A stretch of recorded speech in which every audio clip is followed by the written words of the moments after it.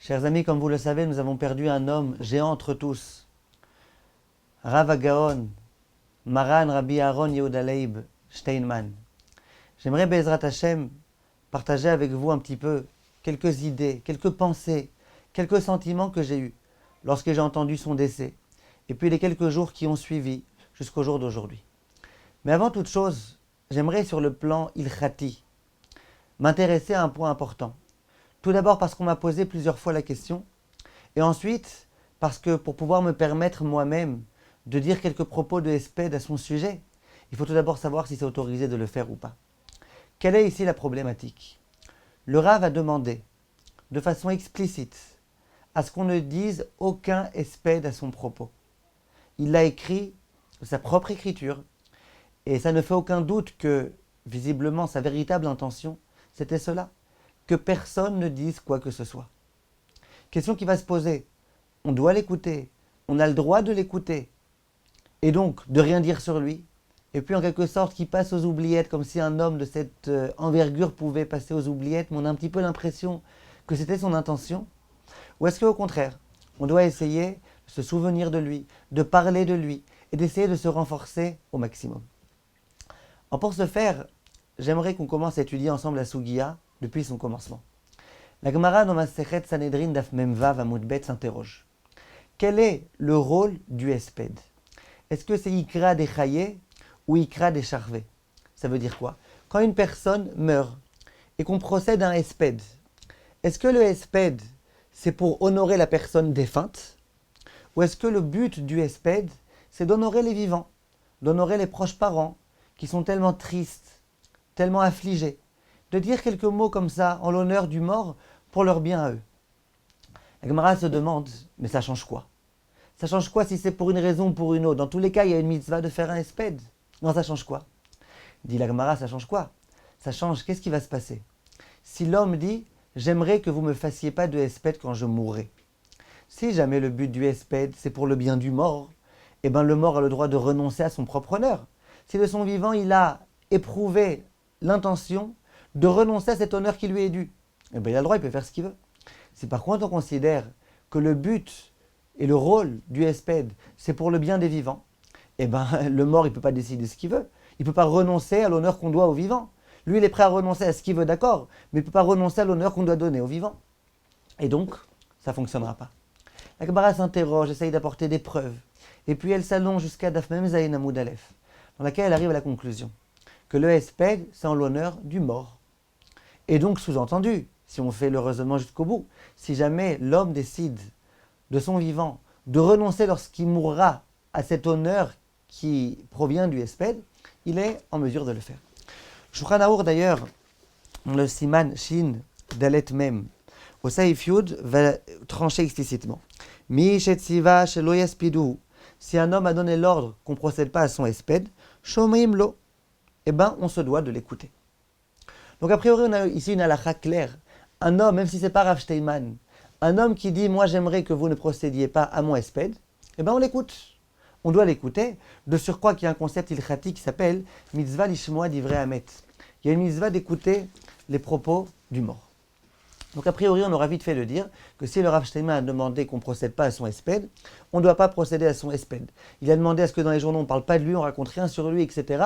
Eh bien, c'est ce qu'on devrait faire. Est venu le Rav Chaim Kanievski, le Gdolador, j'allais dire, maintenant qu'on n'a plus le Rav Steinman, et il dit, on a l'obligation de dire des espedim sur le Rav Steinman. On doit parler et on doit dire, et plus on dira, mieux c'est, plus que ça. Il dit le Rav Steinman, maintenant que ça y est qu'il est décédé, c'est sûr qu'il est heureux de chaque petit quelque chose qu'on peut dire sur lui, et de chaque renforcement qui pourra être le nôtre, grâce aux propos qui seront dits à son sujet. Avouez tout d'abord que c'est une très grande responsabilité de la part du Rav Chaim Kanievski de dire ça. Avouez aussi que on est dans une situation difficile parce qu'on est en train de perdre nos Gdolim. Imaginez que Rav Chaim Kanievski n'était pas là, Chas v'Shalom. Qui est-ce qui aurait eu le courage de dire une chose pareille? Le Rav Steinman a dit ce qu'il a dit, nous on ne l'écoute pas. Et plus que ça, même si quelqu'un avait eu le courage, qui est-ce qui l'aurait écouté? Qui est-ce qui aurait pu parler et tout le peuple juif l'aurait écouté? Vous commencez à toucher du doigt un petit peu, c'est quoi perdre nos Gdolim? perdre un gadol. Un gadol, c'est quelqu'un qui prononce, qui se prononce, qui dit quelque chose. Et tout le peuple juif l'écoute. Quelqu'un qui a le sens des responsabilités. Quelqu'un qui doit parler quand il faut parler. Raphaël Kanievski, il n'a pas eu peur de dire. Il a dit, il faut faire un espède. Mais la question qui va se poser, d'où il tient ça, le Raphaël Kanievski? Et est-ce que, d'après la halacha, on peut comprendre les propos du Raphaël Kanievski ou pas? Quelqu'un récemment m'a dit, les avis sont partagés.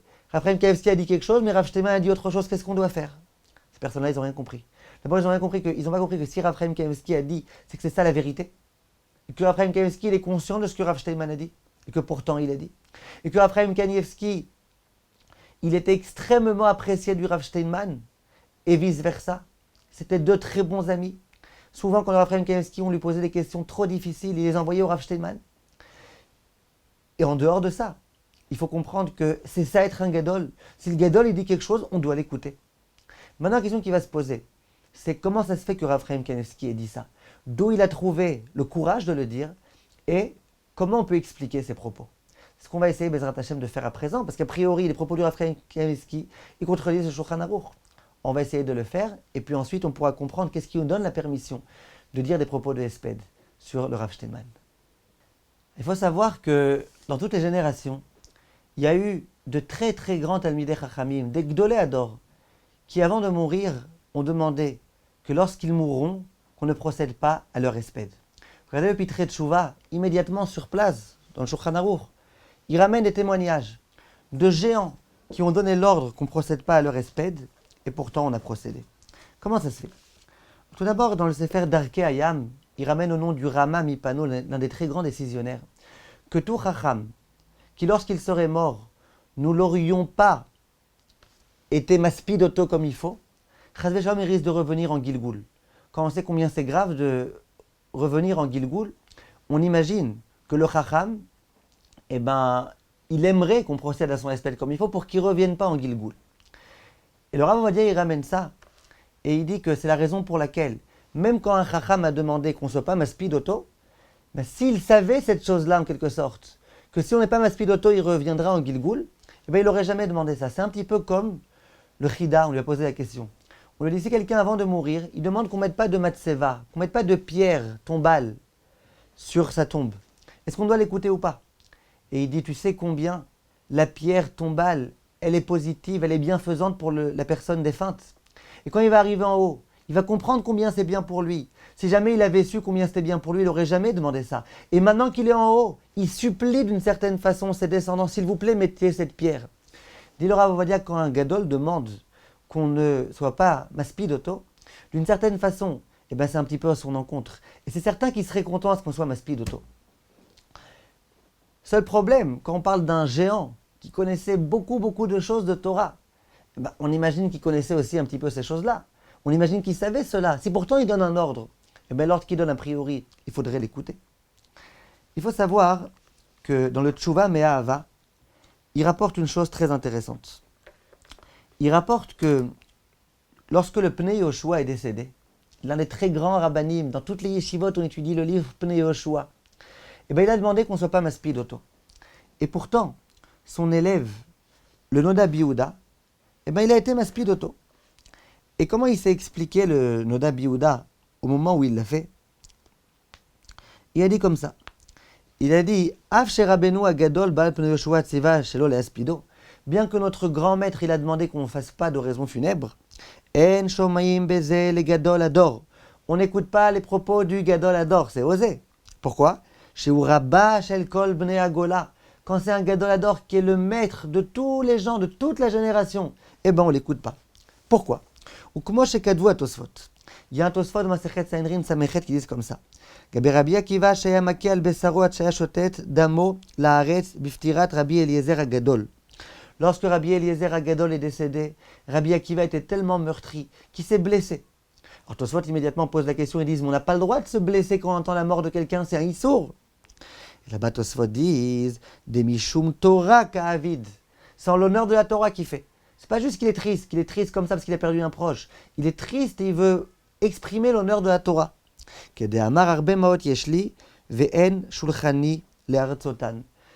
J'ai beaucoup d'argent et j'ai personne qui est prêt à me l'échanger. En quelque sorte, j'ai beaucoup de doutes. J'aurais tellement besoin de mon maître et il n'est pas là. Et donc c'est en l'honneur de cette Torah maintenant qui va me manquer que je me fais souffrir de cette façon-là. Donc vient le Nodab Yehuda et dit a priori c'est un petit peu la même chose. C'est vrai que quand quelqu'un demande qu'on ne soit pas maspidoto, en général on n'est pas maspidoto. Mais là c'est l'Irvoda Torah. Tu vois que de s'attrister quand quelqu'un meurt, quand un grand Amit Racham meurt, et ben tu vois que quoi? Que c'est Gvoda Torah. Donc si c'est Gvoda Torah, c'est Gvoda Torah. En d'autres termes, on a dit que pourquoi on écoute le défunt quand il demande qu'on ne soit pas maspidoto? Parce que le Hesped c'est l'honneur du défunt. Ça c'est vrai d'une façon générale. Mais quand c'est un tellement grand Amit Racham, c'est l'honneur de la Torah. En quelque sorte, le défunt ne peut pas renoncer à l'honneur de la Torah. Comme ça, on peut expliquer ses propos. Il y a un autre grand rave qui s'appelle le Khatam Sofer. Lorsque son beau-père, le Gaon Rabbi Akiva Iyer, à nouveau, un rave grand entre tous, personne n'a pas entendu parler de ce rave-là, tout le monde le connaît, Rabbi Akiva Iyer.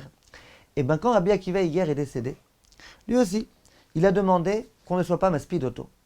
Et son gendre, le Khatam Sofer, lui aussi un rave géant entre tous, et bien il a été maspidoto. Et il s'est exprimé dans les termes suivants. Écoutez un petit peu la beauté ici des termes du Khatam Sofer. Le Khatam Sofer, il dit c'est vrai que la conclusion de la Gemara, c'est que la raison pour laquelle on fait le Hesped, c'est en l'honneur du défunt. Et donc c'est vrai que si jamais le défunt dit qu'il renonce à cet honneur, eh ben, il peut très bien y renoncer. Il dit c'est d'ailleurs la raison pour laquelle mon beau-père Rabbi Akiva Iyer a demandé à ce qu'on ne fasse pas de Hesped. Pourquoi?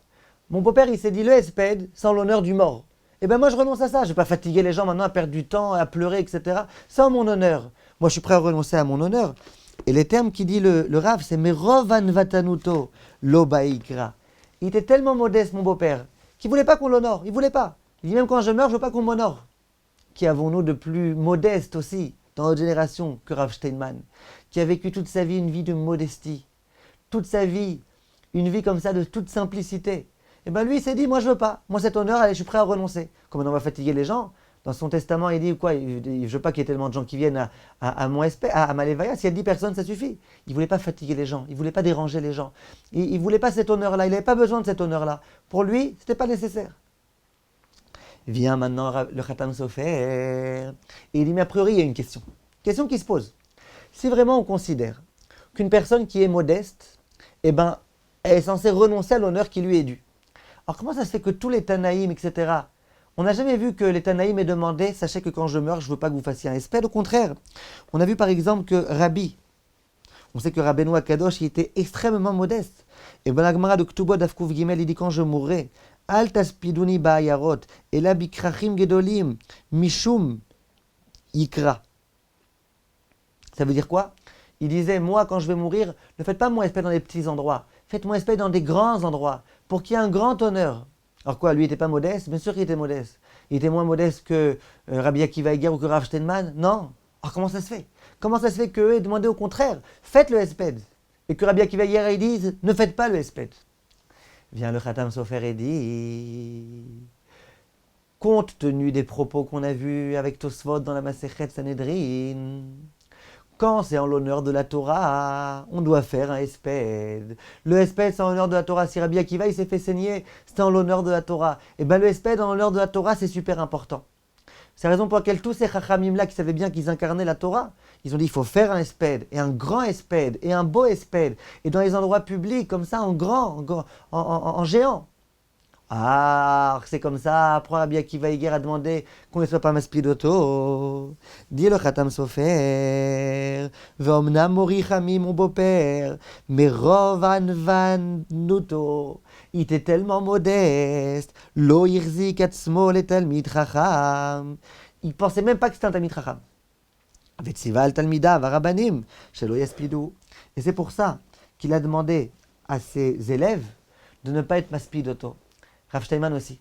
Pourquoi il a demandé qu'on ne soit pas maspidoto visiblement? Pourquoi? Eh bien c'est parce que lui-même il pensait que c'était pas un Talmid Chacham.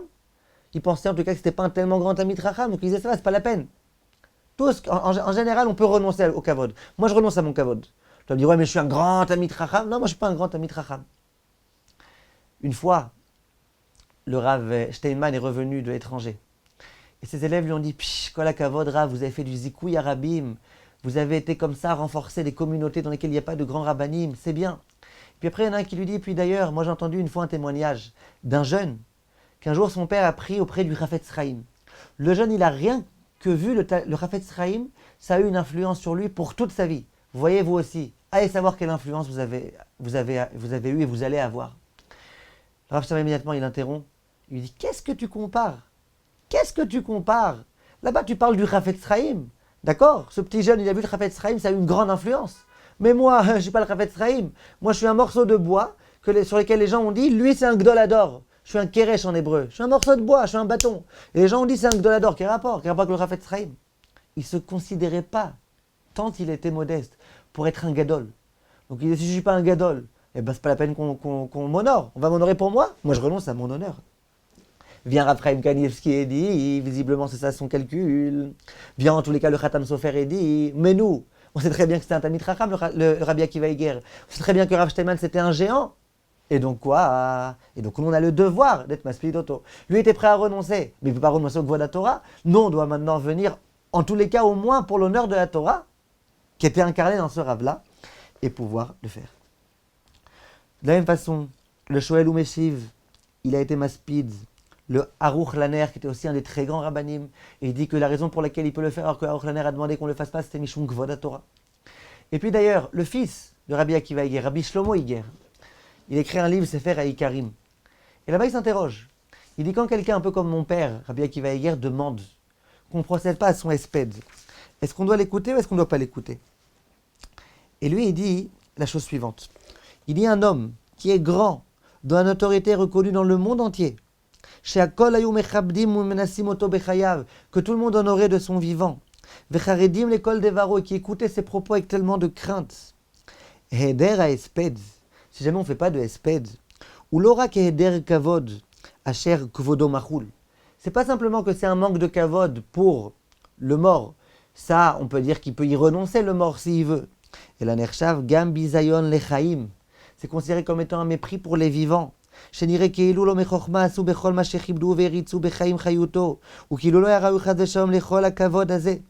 certaine façon, si on ne l'honore pas, c'est comme si on disait tout ce que les gens l'ont honoré toute sa vie. En fait, ça, il ne méritait pas. La preuve, regarde, il meurt, on ne dit rien de lui. On le laisse passer aux oubliettes. Donc quand on vient maintenant faire un espède, ce n'est pas simplement en honneur pour le mort, pour le défunt, c'est aussi en honneur pour le clan Israël. Honneur gigantesque pour le clan Israël. Vous voyez, toute votre vie, vous l'avez honoré, mais ce n'est pas pour rien. Regardez-moi ce qu'on lit de lui. Vimken dit, le fils de Rabbi Akiva Eiger, c'est comme ça. Lavkol kemine, ligrom laem tsar ou bizayon, veshapir dame le aspido. Il dit, et donc c'est comme ça, il ne peut pas renoncer à l'honneur qu'on doit aux vivants. Comme la Gemara elle-même le dit, il peut renoncer à son propre honneur, pas à l'honneur des vivants. Et donc on doit être maspidoto. Voilà ce que dit le Rav.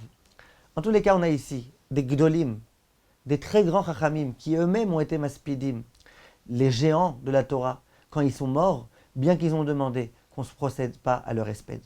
Donc on a ici des sources halachiques très très solides pour comprendre ce qu'a dit le Rav Chaim Kanievski. Le Rav Chaim Kanievski a dit qu'on doit l'honorer. Et quand il disait, maintenant le Rav Steinman lui-même, il est heureux de ce qu'on dira de lui. Eh bien oui, maintenant qu'il est arrivé au monde de Hémet, avec la félicité qu'il a attendue, avec tout l'honneur qu'il va avoir en haut, il va comprendre qu'effectivement, c'est le Kvod Torah maintenant qu'on vient et qu'on essaye de rétablir quand on procède à son espède. Et il sera donc très content.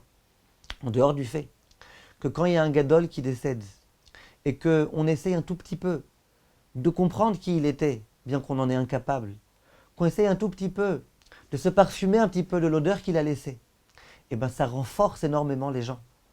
Et il faut qu'on sache, tout ce que le Rav Steinman a toujours voulu durant toute sa vie, c'est renforcer les gens. Toujours, tout ce qu'il a fait, c'était uniquement pour renforcer les gens. Zikouy Arabim, pour le bien de tout le monde. Il a toujours voulu renforcer un maximum les gens. Il mettait vraiment un accent particulier sur le Zikouy Arabim. Si jamais il y a des gens qui vont pouvoir se renforcer en entendant un petit peu le comportement du Rav, en entendant les midotes tellement exceptionnelles qui étaient les siennes, et bien à nouveau, le Rav d'en haut, il sera tellement heureux de ça, tellement heureux de ce renforcement-là. Et donc c'est la raison pour laquelle, évidemment, que dans ce cas-là, eh ben, non seulement on a le droit d'être maspidoto, mais même c'est un devoir. Le Rav Ovadia Yosef, il va exactement dans ce sens-là. Le Rav Ovadia Yosef, dans son Sefer sur Ichot Aveluti, de façon explicite, que quand un gadol demande qu'on ne soit pas maspidoto, on doit malgré tout être maspidoto. Il dit, mais il a demandé, Alors il dit le Rav, il vaut mieux être un peu succinct. Ça veut dire ne pas trop parler du défunt, surtout parler de moussard, etc. Mais il n'empêche que quoi? Il n'empêche qu'on doit quand même dire des choses à son propos. Il y a certains poskim qui ont voulu dire que même si jamais, quand un gadol demande qu'on ne soit pas maspidoto, eh ben, on ne doit pas être maspidoto, ou que peut-être il faille en tout cas ne pas être maspidoto, mais pleurer, ça on a le droit. Et le pleur et le espède, c'est deux choses différentes. Comme il y a écrit l'ispod les Sarah velivkota. À propos de Sarah, quand elle est décédée, il y a écrit l'ispod velivkota. Il y a d'une part le espède, d'autre part le pleur. Et bien, quand on perd un géant de cette dimension-là, on ne peut que pleurer. Et pleurer, quelquefois, ça se traduit malgré tout en quelques mots qu'on prononce. Donc, en tous les cas, on comprend maintenant pourquoi on a non seulement le droit, mais même le devoir de dire tout ce qu'on peut sur le Rav Steinman, Leilou Nishmato. Comme on a écrit, de dire des choses en bien du défunt, c'est Ma'ale Saneshama davantage. Et donc, on a le devoir de le faire. Bezrat Hashem, rapidement, on dira quelques propos au sujet du Rav Steinman. Merci de votre attention et Bessorot Tovot.